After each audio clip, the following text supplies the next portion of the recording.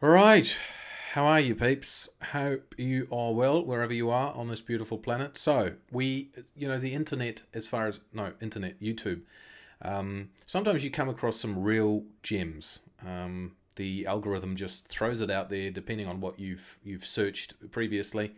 You can all see probably some of the interests I've got right there on the right hand side. I actually believe that YouTube has an entire Bible on um my interests, um, what makes me tick, what I like, and hence the fact the algorithm is just suggesting all these things, and what keeps you hooked on. And in fact, you can see porn ruin my life. I don't know why that came up. I have no idea why that came up, folks. No idea at all. It it comes up with some random stuff sometimes. I've got a lot of. You can see here the most disturbing lost media in history. I do like the old mystery and crime. Um, oh, the Joker. Apparently, the Joker 2 came out. I don't know why on earth they would have done a Joker 2. I think the first one was kind of just really the success was built up on the actor Joaquin Phoenix, who just lifted the entire piece. And then at the end of the Joker film, oh, we're getting sidetracked. Anyway, this guy's called the Woodlander, and he tells stories, um, and usually there's a moral at the end of the story. Now, I haven't listened to this, and I wanted to let's have a look at this together. And apparently, he's quite a storyteller. This is only he's only uploaded this 7 hours ago, as the time of me recording this video. Welcome to the woods. Welcome to the cabin. It's raining again, quite hard. So today's little video will be done inside, in the warm, with a cup of coffee. Soda water. Now, in the past, I've told a few stories. Usually on a Sunday, I used to do a Sunday story. I've told the tale of when the front door of my pub was stolen. I've told the story about when I was a young teenager being caught by my girlfriend's dad when I shouldn't have been there during the day. I've told stories about me and my little brother and hanging him off the clothesline when we were kids. And I'm not sure I've told the story I'm about to tell you. And there's a moral at the end of it, as there usually is. It's one I've told a few times before. My family's probably sick and tired of hearing it. It's a favourite of a couple of friends of mine. So sit back, get comfortable, grab yourself a cuppa, and I'll tell you a story. You can. I don't know if you can hear. I think it's a dog that's sort of breathing heavily down below where he is. I think it's a dog. I can hear sort of. It's like he wants to be outside. It's raining. He wants to be outside. I get it. He's probably upset that he's stuck inside, When I listening to another one of Woodlander's stories. was younger, back in the mists of time, I moved into a house with my girlfriend and two kids. It was a second house we got. A nice place. I say a nice place. It was okay, but it needed some work doing on it. And I'd done a bit in the garden, and I'd decorated the front room.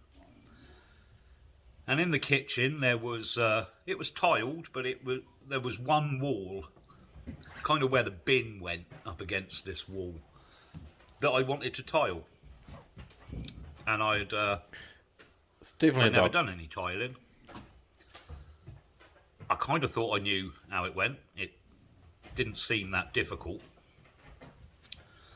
And I only wanted normal white tiles, something I could wipe down. about 3 foot wide and up to about sort of 5 foot. So not the right way to the ceiling. A small piece of wall. So I kind of measured it. And I phoned me dad and I said, have you got any tiles before I go off and buy any? And he said, I haven't got any tiles, but I've got some adhesive. So I said, okay. I went off.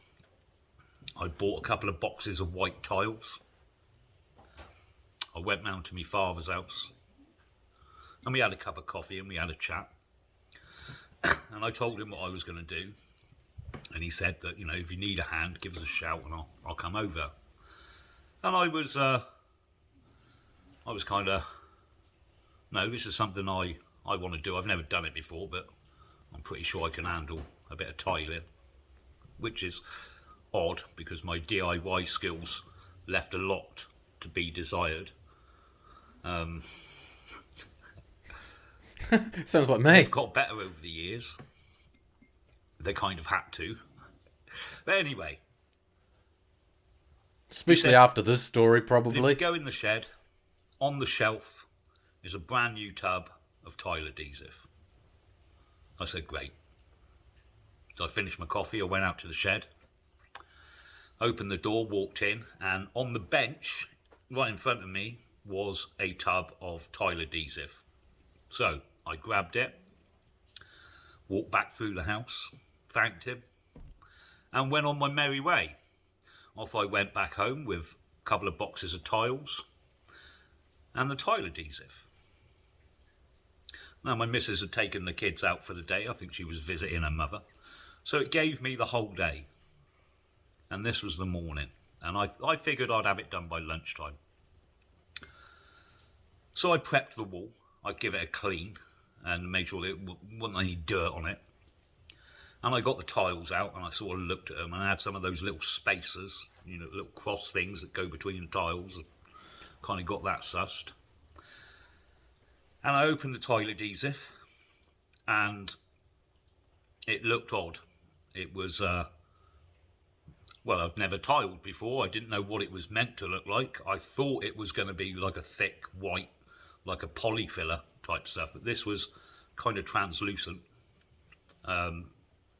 And a bit thinner than I thought it would be, but there you go. It was a brand new tub. I'd opened it, and I had a spatula, and I'd also worked out. I'd read one of these information sheets, which was before the internet, mind, that said don't start at the bottom of the wall. Sort of draw a line a little bit further up, about a tile's width up. Get that line dead straight, start there, and then if you do need to cut any tiles, you'll be cutting them on the bottom row, which is right down near the floor and is fairly well hidden. So I figured that was a good idea, so I draw my line on the wall. Makes sense, right? And I got a tile, and I put this adhesive on, and I put the tile on the wall, on the line, and I sort of held it there, and let go, and very slowly, the tile slid down the wall. So I was a bit perturbed. And I thought maybe I didn't have enough adhesive on, so I put a bit more on and I held the tile in place. And I let go. And very slowly it slid down the wall. Oh dear. Which is annoying. Yeah. Definitely would be. So I slid it back up. And I held it in place. And I held it for about 10 seconds. And gently, I let go. And it kind of stayed where it was. So I thought, okay. So I got the next tile and I put the adhesive on it. And I put that tile next to it with a couple of little spacers in it, next to it on the line. And I let go and slowly it slid down the wall. So I moved it back up and I held it in place. And as I was holding it in place, the first one slowly slid down the wall. And now I'm getting annoyed. And I'm thinking to myself, I've heard that tiling can be harder than it looks and never really paid any attention. Maybe this was going to be one of those jobs that actually is a lot harder than it seems. So I decided to ignore that fact sheet that I've read, and I would start at the bottom on the skirting board. And if I had to level the tiles up or whatever, if it wasn't dead straight, then I'd cross that bridge when I came to it. So I started at the bottom, and I got another tile and put it on top of the first one, and it couldn't slide down because Yeah. it had something to fall That's what I against. would do too. And I got 3 tiles up, and that was pretty good, and I was happy with that.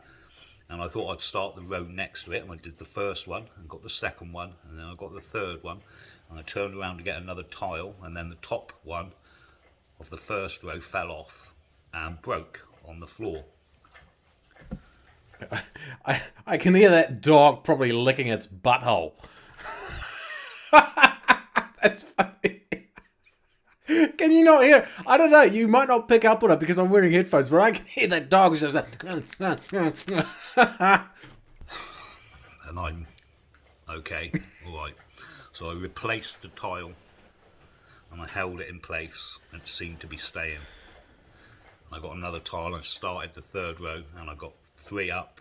So I've now got about, how much is that, 6 and 9 tiles on, which is good. It's taken me about an hour and a half, but I've got 9 tiles.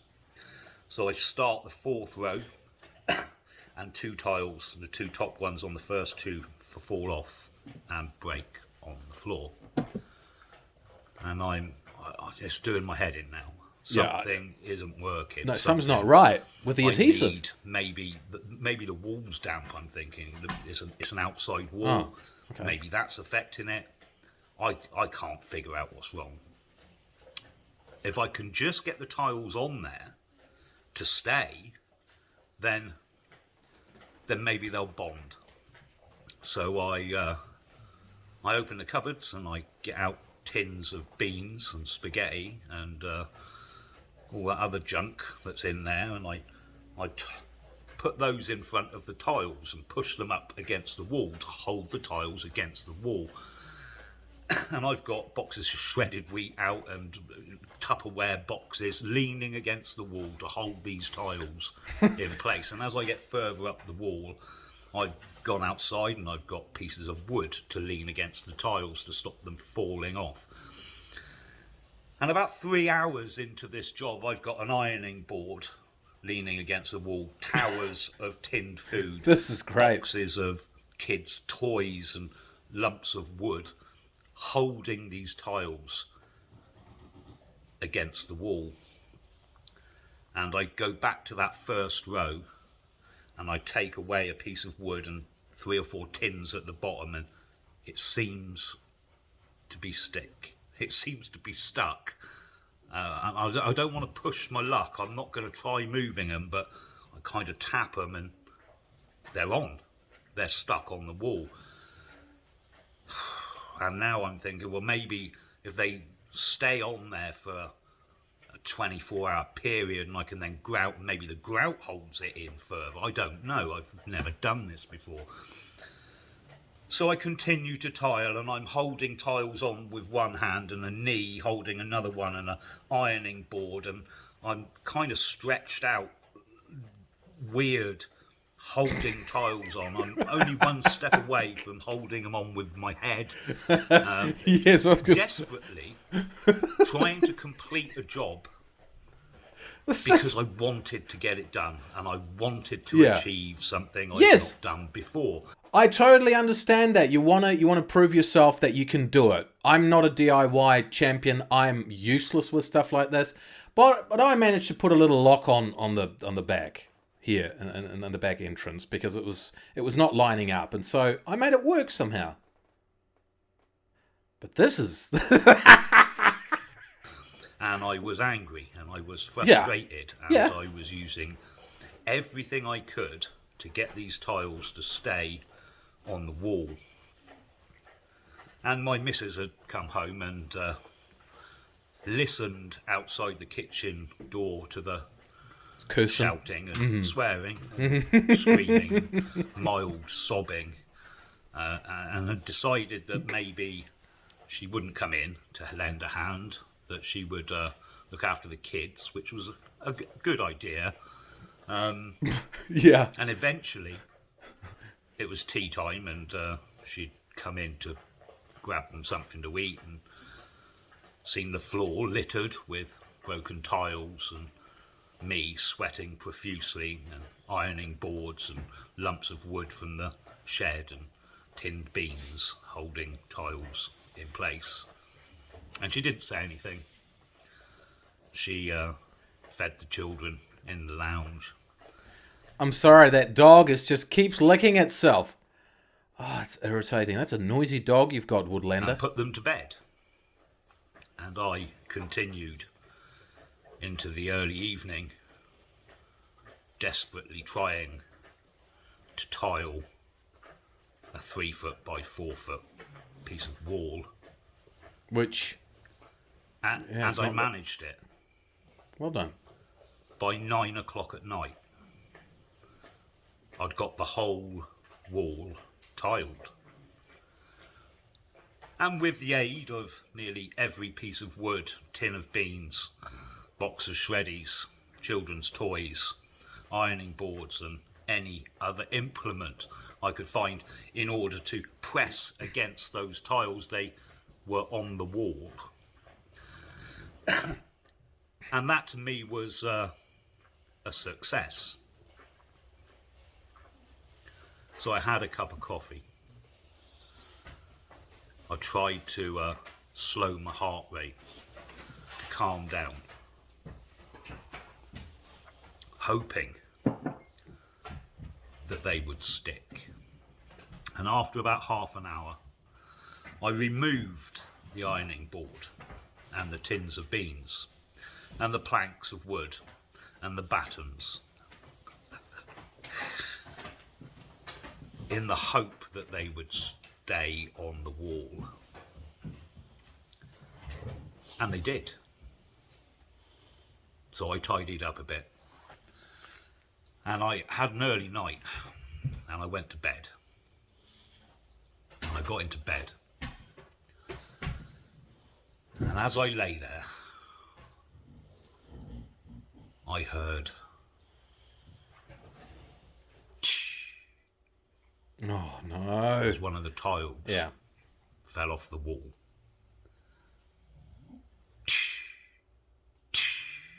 Oh, my God. Yeah, they all came off. And I lay in bed, listening to every single tile fall off the wall and break. And in the morning, I walked into the kitchen and... That surprised me, so he just let it be. He just let it be. I mean, what else can you do? You spend hours and hours putting this shite up, and then they all fall off while you're trying to peacefully fall to sleep. But I would have lost it. swept up the mess. Right. And admitted defeat. And I Went back took to a couple of the spare tiles and the adhesive, and I thought I'll go and talk to my dad and tell him that it didn't work and the tiles fell off and maybe I'd done something wrong. So I drove round to see him, and I walked into the front room and I said, I don't know what I've done wrong, but I put all these tiles up. It took ages to get them to stick on the wall, literally having things propped up against them to get them to dry there. But I managed to do it, and then during the night every single tile fell off. And I showed him the tiles, and I said, this adhesive, really, I don't know what it is, but it doesn't seem up to the job. And it was at that point, here we go. At that point, that I noticed the look on my father's face as he looked at the tub of adhesive. And I saw him looking, and I read it again, and it was tile adhesive. And I looked at my father, and my father looked at me, and he said, "Where did you get the tile adhesive?" And I said, "You told me it was in the shed. I went to the shed, it was there on the bench." And he said, "No, I told you it was in the shed on the shelf. That is an empty tub of tile adhesive that I used to mix up some wallpaper paste last week." No. Ah. I'd spent nearly 10 hours tiling a kitchen wall with wallpaper paste. Now, to my credit, I did manage to get the wall tiled. To my shame, I really should have noticed that it was wallpaper paste and not tile adhesive.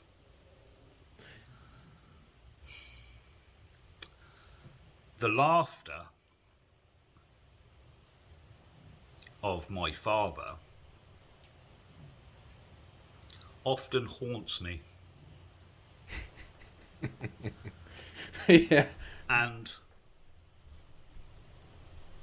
I wasn't sure at the time if I was going to throw the wallpaper paste over his head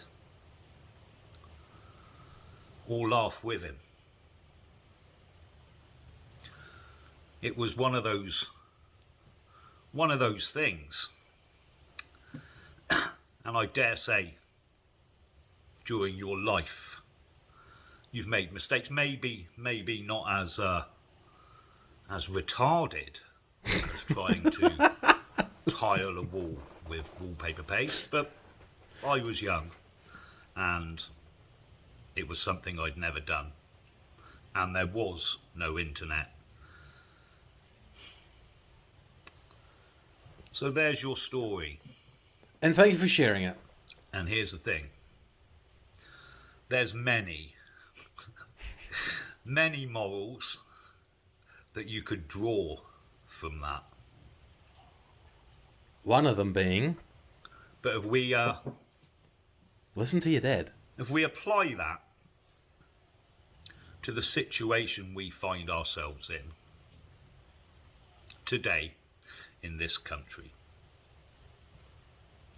and to things that I've said many times in the past, I've said that there's no political solution to the problems we face at the moment. And by that I mean there's no point in entering to party politics. That avenue has been well and truly blocked off. There are other things we can do. What we've tried in the past for nigh on 100 years is to gain power through that political system. And it's been much the same as trying to tile a wall with wallpaper paste. You will have a small amount of success, but slowly it will fall down. Very well put. You can continue to try, like I did, and fool yourself that it's getting better.